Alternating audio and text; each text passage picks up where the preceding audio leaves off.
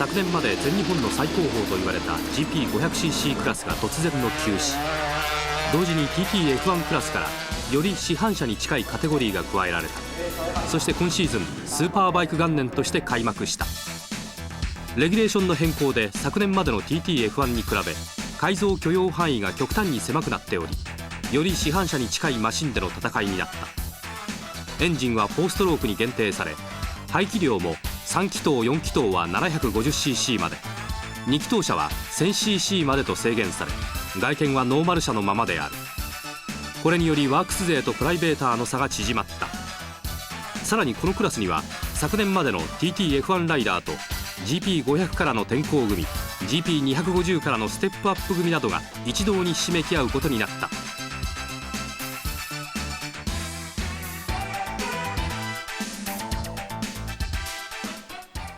昨年最年少で GP500cc のチャンピオンになったチームブルーフォックスの阿部典文、そして昨年の TTF1 チャンピオン川崎の北川圭一、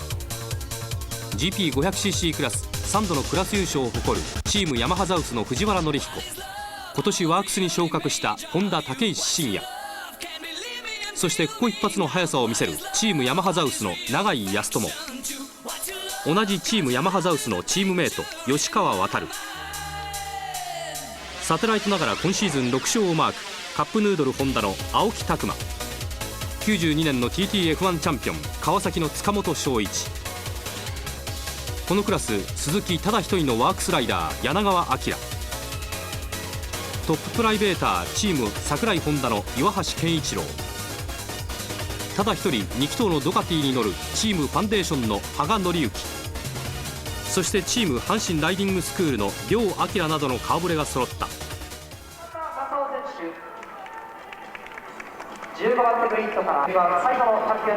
第1戦鈴鹿、今シーズン開幕戦。今シーズン川崎は他社より開発が先行、ポールポジションはやはり塚本がゲット。予選での雨が影響し、注目の F1 チャンピオン北川圭一、500チャンピオンの阿部典文はそれぞれ7列目9列目からのスタートとなる。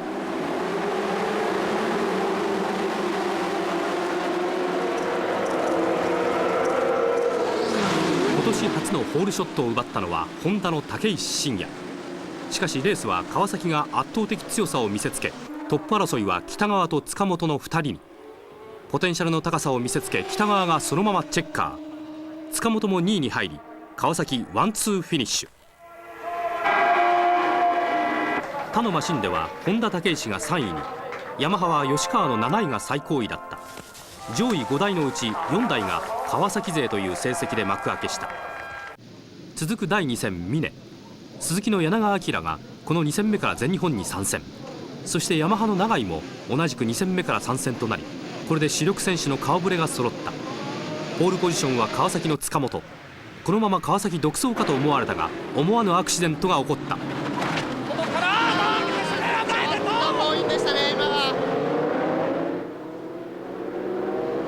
2ラップ目に塚本が青木と接触リタイア、そして北川までも5ラップ目にハイサイドで転倒しリタイア。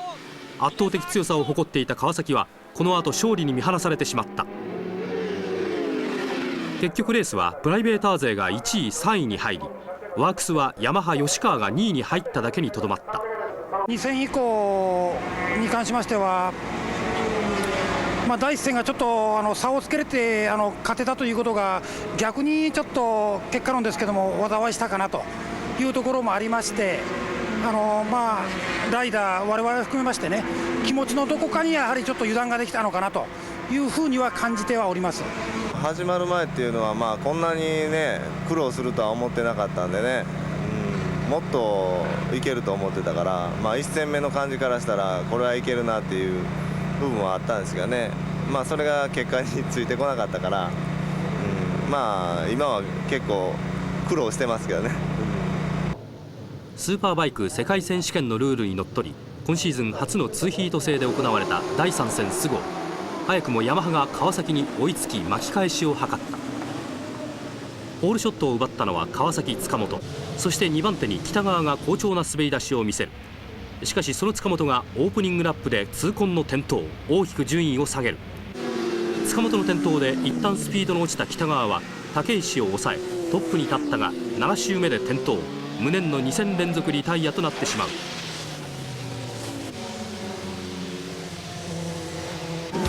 レースは快調に飛ばす永井が8周目に竹石をパスし単独走行に入る。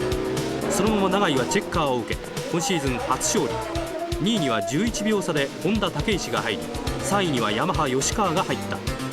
昨年 GP500 チャンピオン阿部は4位にとどまった。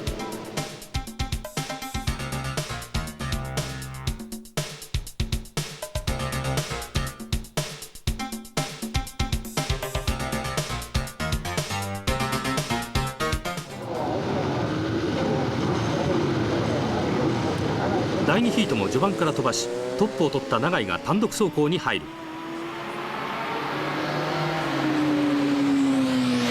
2位争いは竹石と吉川の対決になったが、吉川が竹石を引き離し単独2位に。これで第1ヒートに続いて表彰台圏内に入った。トップの永井は第2ヒートも後続に2秒以上の差をつけチェッカー、そして吉川も2位に入った。事前にテストは参戦の前にやりましてね、でフレームのその補強の仕方とかそういう面でいろいろ討議はしました。でライダー3人の意見を聞いてでスゴへ来たわけですから、その時はみんな意見一致してました。事前テストで結構3人で、いろんなことをやって、そこそこっていうレベルまでは時点では行ってましたね。あの辺からかなり急ピッチにいろいろマシンの方が変わり始めていったんで、マシンのその後の方向性を決めるっていう意味では結構大事なところでしたね、あの辺は。まさにチーム一丸となって掴んだ勝利だった。第4戦は筑波。朝のフリー走行で不調の川崎に追い打ちをかける事故が起こった。塚本が転倒、左手中指を大怪我した。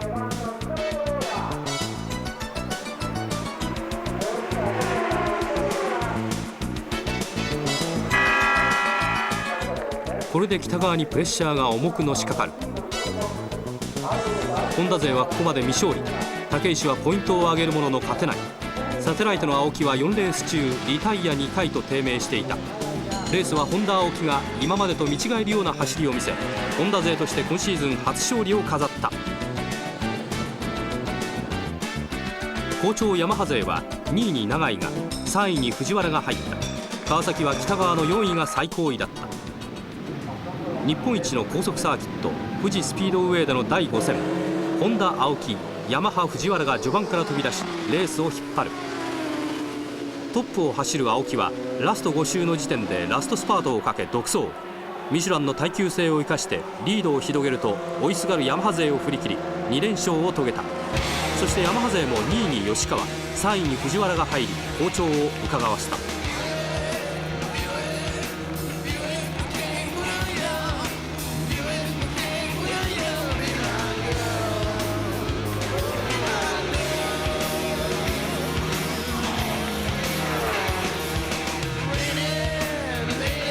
一方川崎勢北川は4位と表彰台に上がれなかった。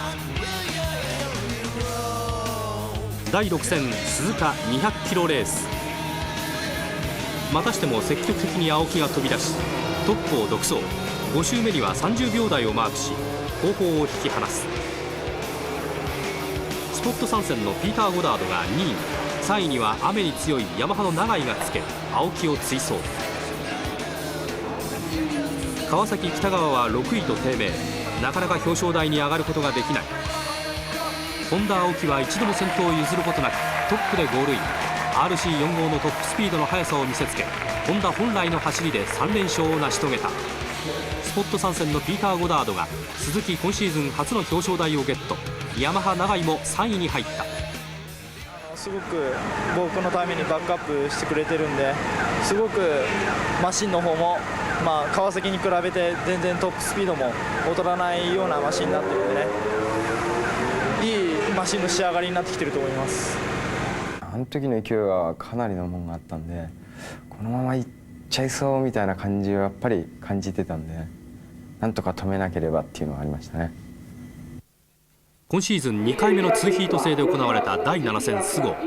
このレースヤマハ3台の強さが爆発。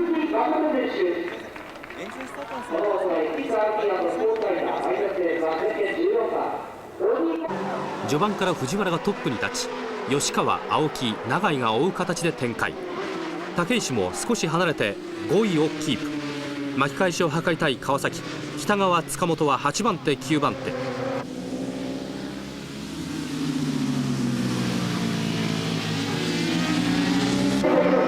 トップは藤原のまま。残り2周となった1コーナーで吉川がオーバーラン、痛恨のリタイアとなってしまう。リングの2台が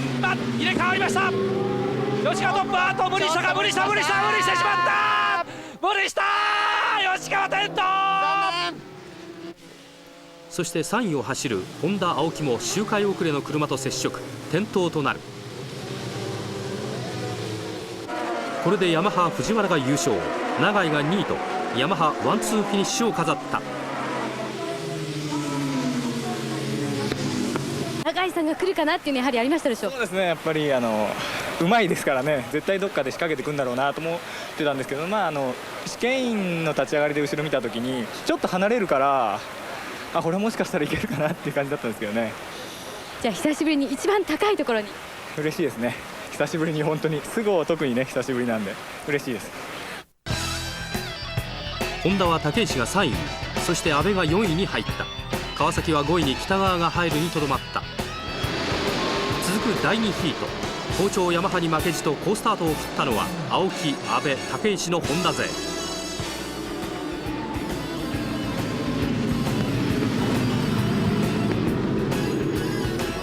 10周目、第2戦以降不運が続き結果を出さない川崎にまたしてもアクシデント。武石をパスし勢い余った北川がチームメートの塚本に激突。両者ともにそのままリタイアとなる。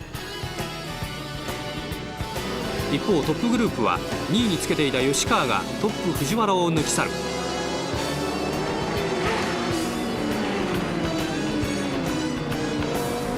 そしてそのままチェッカー、初優勝を遂げる。ヤマハ勢は2位に藤原、3位に永井がつけ、ヤマハ勢3人が表彰台を独占。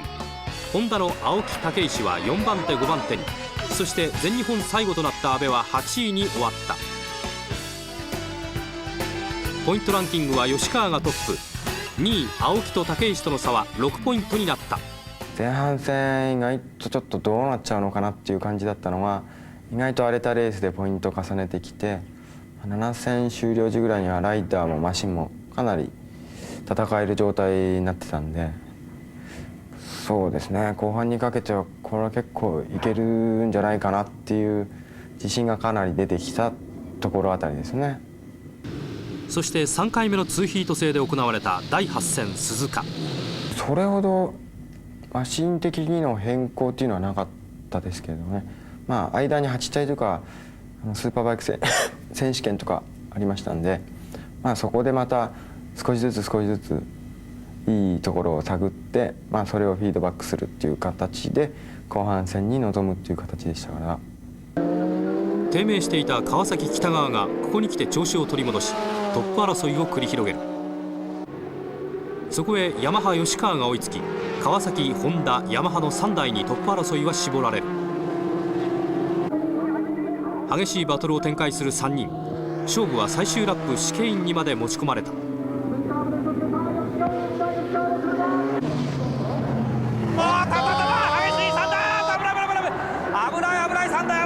後ろ見てなかったんですよ僕ね。で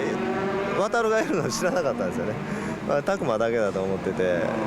そしたらちょっとね後ろから来られたんでちょっと一瞬焦ったんですよね。優勝狙ってたんでね、もう2位も3位も一緒っていう感じはありましたけどね。そして吉川はそのままゴールし今シーズン2勝目をマーク。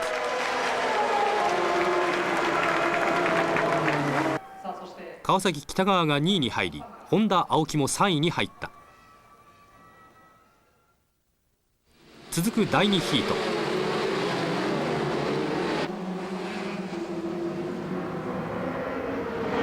ポールショットは本田、青木が奪うが、すぐさまヤマハ藤原がトップに立つ。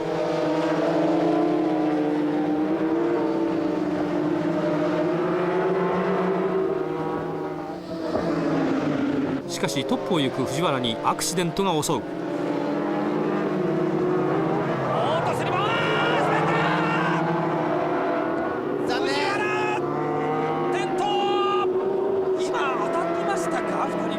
絡まれちゃったんでねちょっと悔しい、思いはしましたけど、レースですからね、しょうがないですから。あれ最終周回遅れがねなんか絡んで藤原さんのスピードが起こったんでね、その時にちょっと僕が普通今までと変わらないスピードで走っていって僕が転びそうになりましたけどね、あれは止まりきれないスピードで行っちゃったんでね、急に減速されてもちょっとこっちが困っちゃったみたいな感じなんで。トップはその後青木と武石のホンダ勢同士の戦いとなった。そして3位には川崎北川がつける。勝負は最終ラップシケイン。武石が勝負に出る。取ったか。オーバーランだ武石。あそこしか勝負どころっていうかなくて、で最後にあそこで行くっていうのはずっと考えてたんで、とにかくトップ走りたかったんで何回もあそこで残念っていうか、最後にアタックしたんでね、あのまま2位で終わるよりは気分的にはすっきりしてますけど、ちょっと悔しいですね。レースは青木が今シーズン4勝目を挙げた。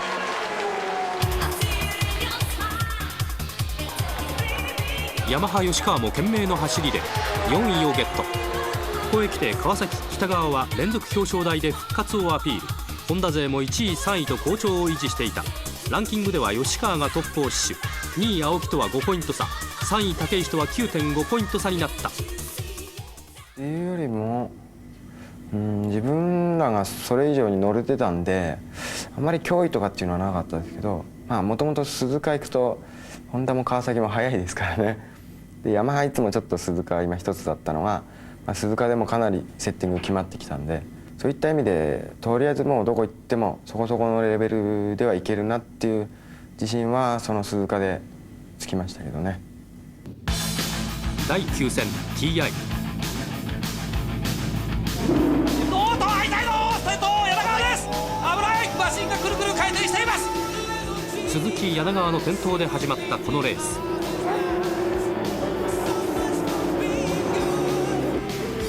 序盤ヤマハの藤原と本田青木が抜け出しレースを引っ張る。復活してきた川崎勢塚本北川は3位争いを展開。ランキングトップのヤマハ吉川はマシンの不調からか7位と低迷。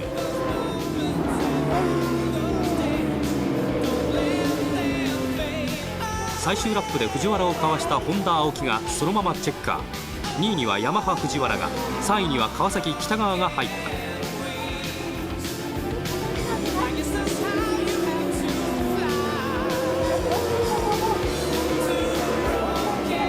本田青木、ヤマハ藤原、川崎北川と3メーカーが出揃い三つどもえ戦が展開。ランキングでは青木がトップに躍り出る。2位吉川とは4ポイント差、3位北川とは20ポイント差になった。その頃から僕のスタートの悪さっていうのはかなり表に出てきたんで、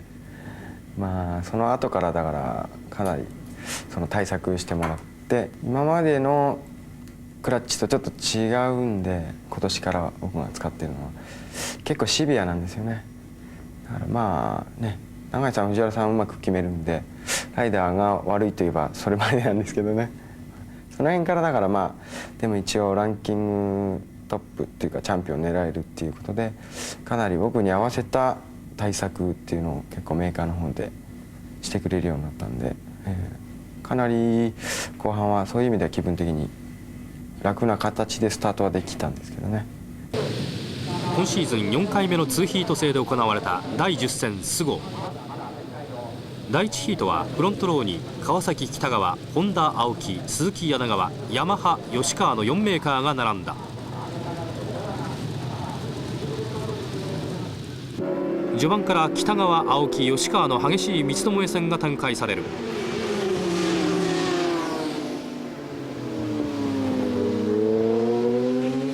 中盤に入っても3人の抜きつ抜かれつの熱い走りは続いた。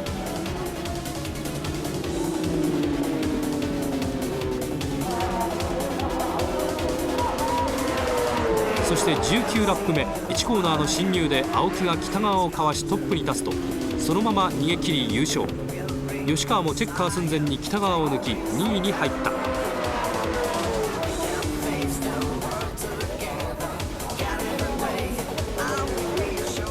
トップ3以外にもヤマハは4位5位につけヤマハの好調を伺わせた。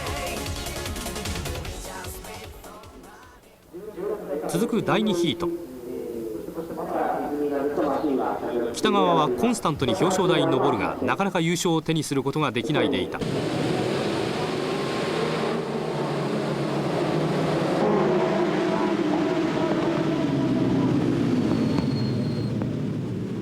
ホールショットは青木に奪われたがすかさず抜き返し北川がトップに出る。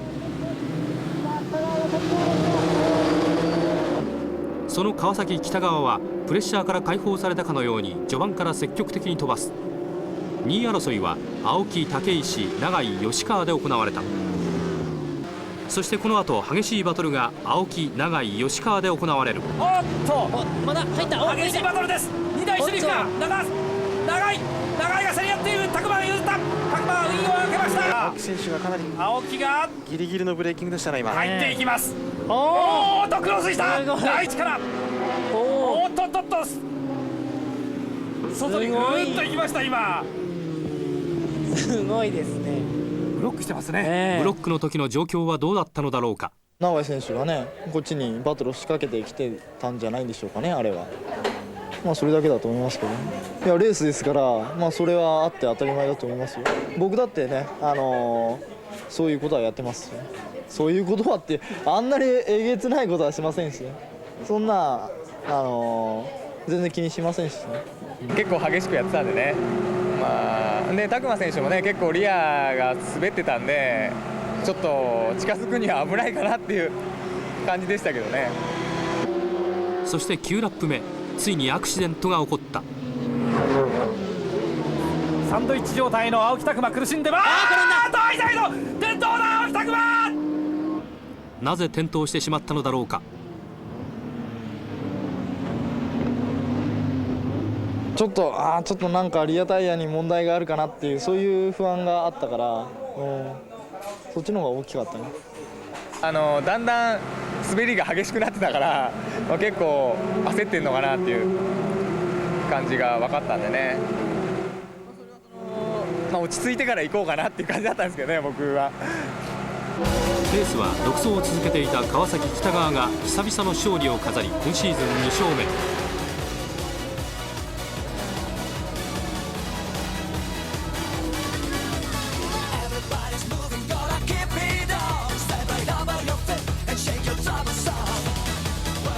ヤマハはまたしても2位3位を抑え好調を維持。ランキングでは吉川が2位青木に3ポイント差の1位。最終戦までチャンピオン争いは続く。迎えて最終戦筑波。注目のトップ争いはヤマハ吉川、ホンダ青木、そして川崎北川に可能性が残っていた。多分感じからして拓磨選手よりは楽な気持ちでいられたとは思うんですよね自分で。取れたらいいなぐらいな感じでいたのが正直なところですね。でも周りからのプレッシャーってやっぱ結構ありますんでね、みんなそう言わなくても感じるものっていうのがあるんで多少はやっぱりプレッシャーはかかりましたね。ポイント上吉川は青木の1つ下の順位に入ればシリーズチャンピオンが決まる。気温が高まります。最終戦今スタートを切りました。拓磨いいスタートを切りました。吉川どうだ。吉川ちょっとスタートが遅れたか。まず飛び込んでいくのが塚本です。いや拓磨が行きました。拓磨いいスタートを切りました。吉川どこだ。2台転倒染色がありました。ヤマハのマシンですよ。誰だこれは。誰だ。ヤマハのマシンか。長いです。長い転倒です。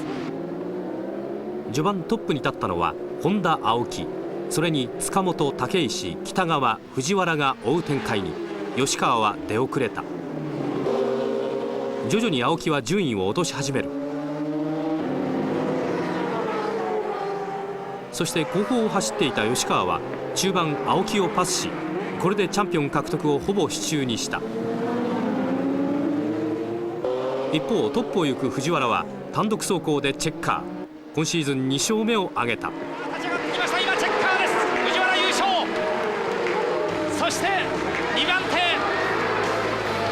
北川が入りまして、吉川3番手に入りました。吉川シリーズチャンピオン、青木拓磨残念届かず。スーパーバイク元年締めくくったのは藤原、そしてチャンピオンは同じチームメートの吉川航でした。初代チャンピオンです。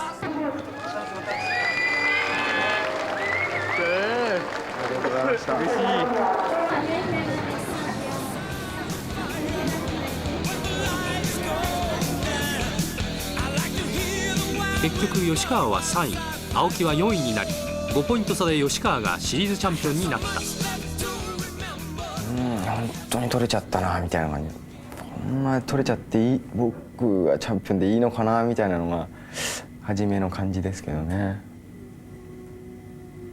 今年はだからもう何から何まで周りが全部自分のいい方向に動いた年だったなと思いますね。まあ来年蓋を開けてみないと分かんないんですけど、ラッキーな面が続いてる間に自分自身かなりいろいろ勉強して、まあ自信もついたし、かなり実力が今年1年でかなりついたかなっていうのがありますんでね、来年またこう堂々とトップゼッケン1番の名に恥じないように走れるかなっていうのがありますんでね。やっぱ初めの頃ですかね、第1戦第2戦あたりはちょっと第1戦マシンが間に合わなかったんで、まあキット車の方で出させてもらって、ちょっと今一つそっちに馴染めなかったんで、初めにすぐに乗り込めなかったんで、あの辺と、まあ、第2戦第3戦ぐらいまでは結構苦しかったですね。ワークスサテライトの戦いを中心に振り返ってみましたが、それ以外にもこのクラスにはたくさんの名勝負がありました。スーパーバイクの開始によりファンが夢にまで見たバトルが実現。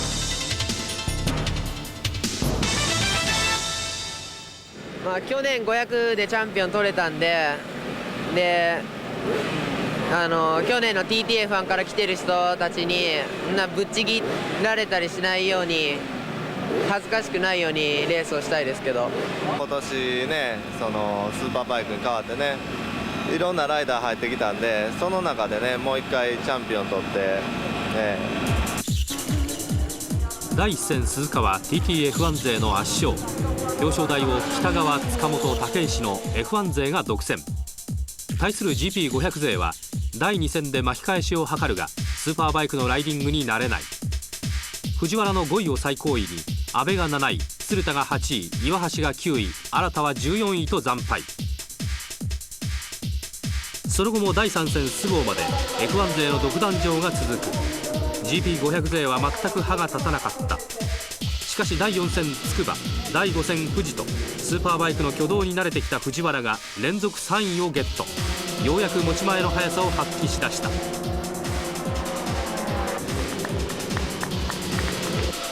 そしてついに第7戦須郷の第2ヒートで念願の GP500 勢初優勝を成し遂げる。 F1 勢の永井、武石を抑えての初勝利。しかし GP500 勢の昨年チャンピオンの阿部典文、ガンボーイと異名を取った新田達郎、そして鶴田龍二はマシンのギャップに苦しんでいた。そんな中阿部は全日本から世界へ飛び立った。まあ全日本を走ってきて今日が最後のレースだったんですけど、今まで応援してくれてどうもありがとうございました。でこれからは GP で走ると思うんで、 GP に行っても応援よろしくお願いします。後半に入っても藤原と F1 勢の混戦が続く。ここまで1勝しか挙げていないが、藤原はランキング上位に食い込む活躍を見せた。第10戦須郷でも3位をゲット。第11戦筑波では今シーズン2勝目を挙げ、最終戦に花を添えた。ランキングも4位と F1 勢の中にあって孤軍奮闘。スーパーバイクを完全にマスターした藤原の来年の走りに期待がかかる。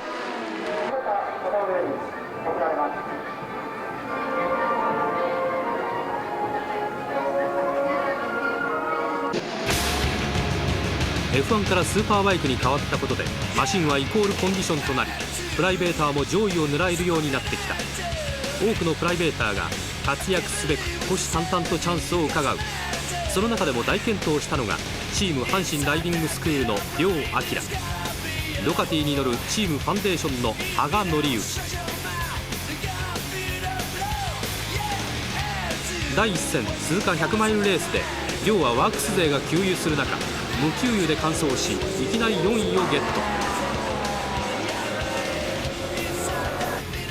続く第2戦峰ではヤマハの吉川を振り切り初優勝。2戦目で早くもワークス勢から勝ちをもぎ取った。羽賀も3位に入り表彰台に2人のプライベーターが立った。